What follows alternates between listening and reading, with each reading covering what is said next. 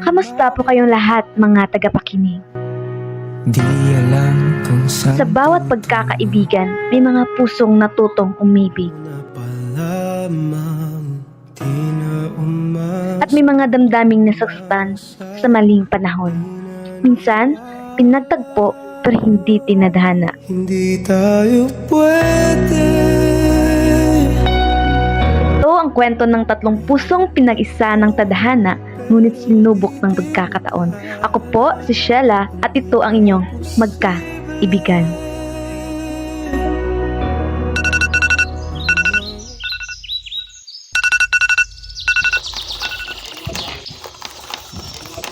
Diyos ko, late na naman ako.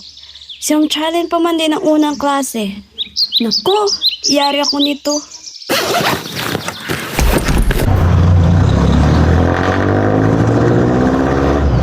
Mag-isa lang sa April sa inuupahan niyang maliit na kwarto. Walang gumigising sa kanya tuwing umaga, pero lagi siyang lumalaban para sa sarili at para sa pangarap. April, dali, umupo ka na. Sagutan mo na agad yung papel bago mapansin ni ma'am. Salamat, Eliza. Hinga lang ako sandali. April! Eliza! Kakapasok niyo lang? Daldal agad? Tumahimik kayo at makinig. Opo, ma'am.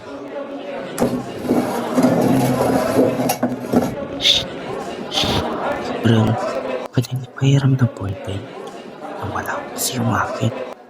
Oo, pero wag mo iwawala ulit ha. Ako pa, pangako. Bukas pala may bagong estudyante. Kapatid ko yun na babae, si Chen. Bobby! April! Ayan na naman kayo? Gusto niyo bang palabasin ko kayo? Pasensya na po, ma'am. Hindi pa nila alam ang simpleng usapang yon. Magsisimula ng kwento ng pag-ibig, pagkakaibigan at pagdurusa. Uy, siya siguro yung bagong lipat na estudyante. Ang ganda niya oh. Tahimik pa. Mga kaibigan, halika kayo rito. Ipapakilala ko kay Chen. Siya nga pala yung kinakapatid ko. Hello po, magandang araw. Sana maging kaibigan ko kayo. Halika, dito ka sa tabi ko.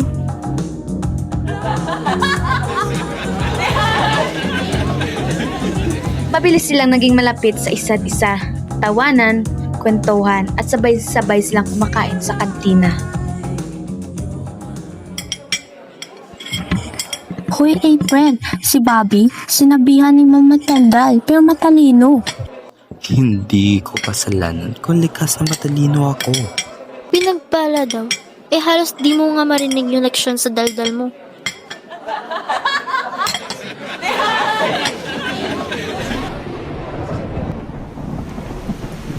Ngunit sa gitna ng tawanan, may mga puso may tinatagong bigat na nararamdaman.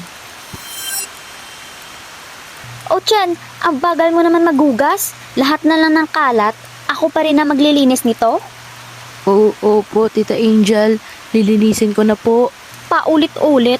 Kung hindi ka lang anak ng tatay mo, matagal na kitang pinalayas dito. Che!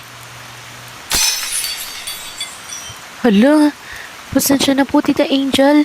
Hindi ko po sinasadya. Bibilhan na lang po kita ng bago. Tigilan mo yung drama mo. Kung gusto mong kaawaan, hintayin mo yung tatay mo. Siya lang yung ang may dahilan para mahalin ka. Hindi ko naman po sinasadya. Sa mga salitang yon, parang nabasag ang puso ni Chen at sa gitna ng ulan, nangako siya sa kanyang sarili na magiging matapang na siya. Chen, okay ka lang ba? Aliyah, simula nang umalis si Papa, nag-iba kasi si Tita Angel. Parang hindi na ako anak. Lahat ng galit, sa akin binabato. Chen, huwag kang bibitaw ha. Nandito kami ni April. Kaibigan mo kami.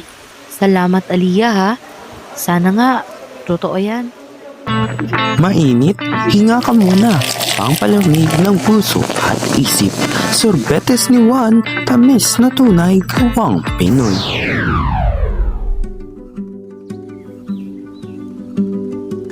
Uy, April, ayan si Bobby oh. Di ba may sasabihin ka sa kanya?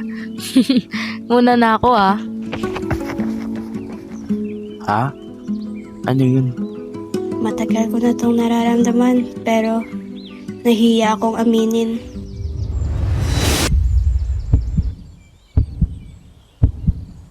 Alam mo, minsan iniisip ko rin.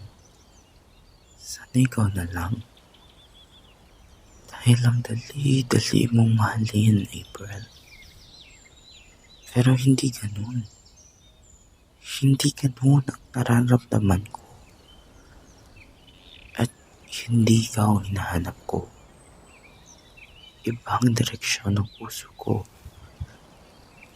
Direksyong hindi para sa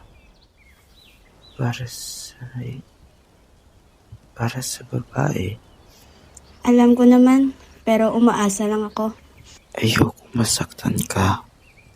Huli na, Bobby. Nasaktan na ako. Asim? Asim! Subok ng bagong tahang kalamansi. Asim sarap, legit papagising. Pangpong chips ni Mosh Vega. Unang kagat, ginawa ko naman lahat.